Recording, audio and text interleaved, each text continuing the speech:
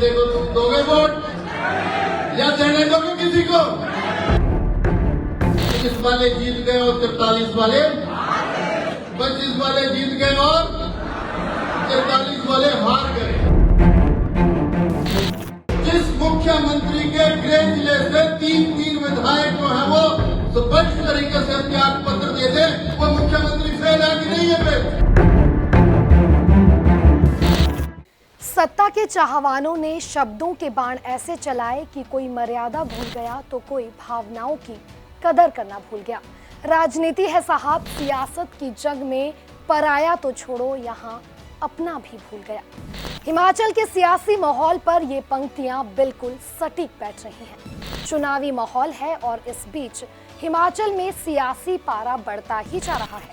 अभी तक सबसे ज्यादा जुबानी जंग कांग्रेस और भाजपा के बीच मंडी लोकसभा सीट को लेकर देखी जा रही है। पिछले कई दिनों से विक्रमादित्य सिंह और जयराम ठाकुर व कंगना रणौत के बीच जमकर जुबानी प्रहार हो रहे हैं। वहीं अब इस जुबानी जंग में बीजेपी विधायक हंसराज भी उतर आए हैं। विधायक हंसराज ने बीजेपी पन्ना प्रमुख सम्मेलन में जनता को संबोधित करते हुए विक्रमादित्य सिंह की जमकर हंसी उड़ाई। यहां तक कि उन्होंने विक्रमादित्य सिंह को रोतलू और ड्रामेबाज भी कह डाला। विधायक हंसराज ने तंज कसते हुए कहा कि जिसे कांग्रेस ने मंडी से टिकट दिया हुआ है, मैं तो उस बंदे का नाम भी नहीं लेता। हंसराज यही नहीं रुके, उन्होंने आगे कहा कि विक्रमादित्य सिंह ने रोते रोते रिजाइन दिया था कि उनके पिताजी की मूर्ति बनाने के लिए 2 गज जमीन भी सरकार ने नहीं दी। जिस पार्टी, दल और समूह में उसके पिता का सम्मान ना हो, क्या उसमें बना रहना चाहिए? हंसराज ने कहा कि ऐसे ड्रामेबाज बंदे को कौन वोट देगा?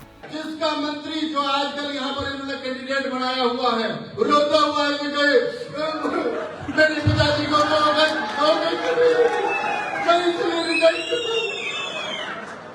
ऐसे ड्रामेबाज बंदे को तुम दोगे वोट या देने दोगे किसी को?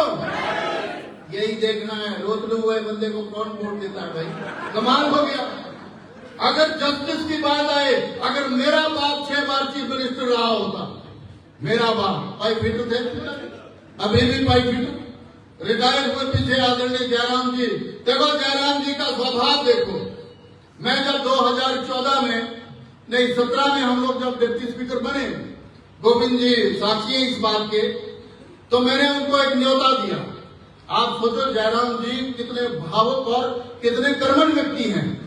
मैंने उनको न्योता दिया, मैं कहा जी मेरे पिताजी अभी रिटायर हो रहे हैं और वो पाइपफिटर रहे हैं, आपकी बहुत सारी व्यस्तताएं होंगी, लेकिन मेरा है कि आप आते तो मेरे लिए बड़ा सौभाग्य होता। अब मन में तो ये था कि पता नहीं जयराम जी स्वीकार करें ना करें, क्योंकि एक पाइपफिटर कहाँ IAS IPS रिटायर हो जाते हैं, चीफ मिनिस्टर को कहाँ समय मिलता है। लेकिन उन्होंने कहा कि मेरा कार्यकर्ता, मेरा चुनाव का विधायक और मेरा डिप्टी स्पीकर, उसके पिताजी रिटायर हो रहे हैं, चाहे वो अभी पाइपफिटर हैं, चाहे वो कुछ किसी और पद पे भी होते, तो भी मैं तेरे चुराह आता और मेरे गांव ध्यास में आए, मेरे पिताजी का मान सम्मान बनाया। बोलने का मतलब क्या है कि जो अपने पिता के प्रति श्रद्धा होती है या जिस पिता के कारण आज हम यहाँ भाषण दे रहे हैं, उस पिता का अगर आपके सामने अपमान हो रहा है, जिस दल में, जिस समूह में, जिस पार्टी में, क्या उस पार्टी में उस व्यक्ति को बने रहना चाहिए? नहीं बने रहना चाहिए। माँ बाप क्या रोए जाते हैं और हमारे सामने वो रोया, चिल्लाया, बिलखा, लेकिन फिर भी सुखविंदर सुक्खू जी तो व्यवस्था परिवर्तन लाने के लिए आए हुए हैं। ये तो विक्रमादित्य जी को बात समझ नहीं आ रही है। मैं आपके यहाँ मन से उनको एक वो दे देता हूँ मशवरा, उर्दू में कहते हैं मशवरा दे देता हूँ कि जिस तरह से अग्निहोत्री जी है ना आजकल, वो डिप्टी क्या बने हुए हैं, डिप्टी सीएम बने हुए हैं, उनसे तो मैं डिप्टी स्पीकर ठीक था।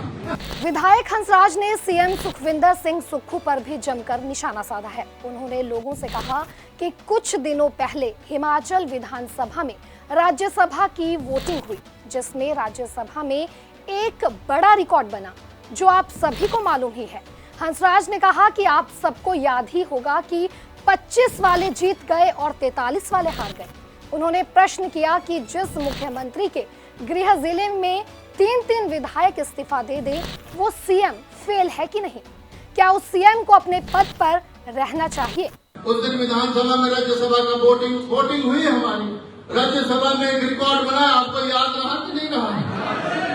25 वाले जीत गए और 43 वाले 25 वाले जीत गए और 43 वाले हार गए। मतलब क्या है उसका?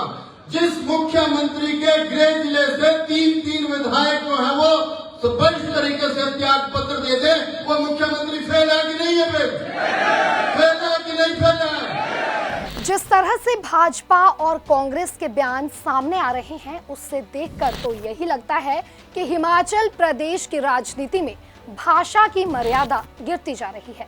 खैर, जैसा कि हमने पहले ही कहा है कि राजनीति है, सियासत की जंग में सत्ता के चाहवान सब भूल जाते हैं। खैर, मंडी सीट इस वक्त सबसे ज्यादा हॉट सीट मानी जा रही है। बॉलीवुड तक की निगाहें इस सीट पर टिकी हैं।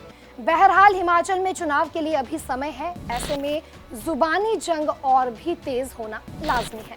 फिलहाल मुझे दीजिए इजाजत और हिमाचल की राजनीति से संबंधित हर अपडेट जानने के लिए देखते रहिए दैनिक सवेरा।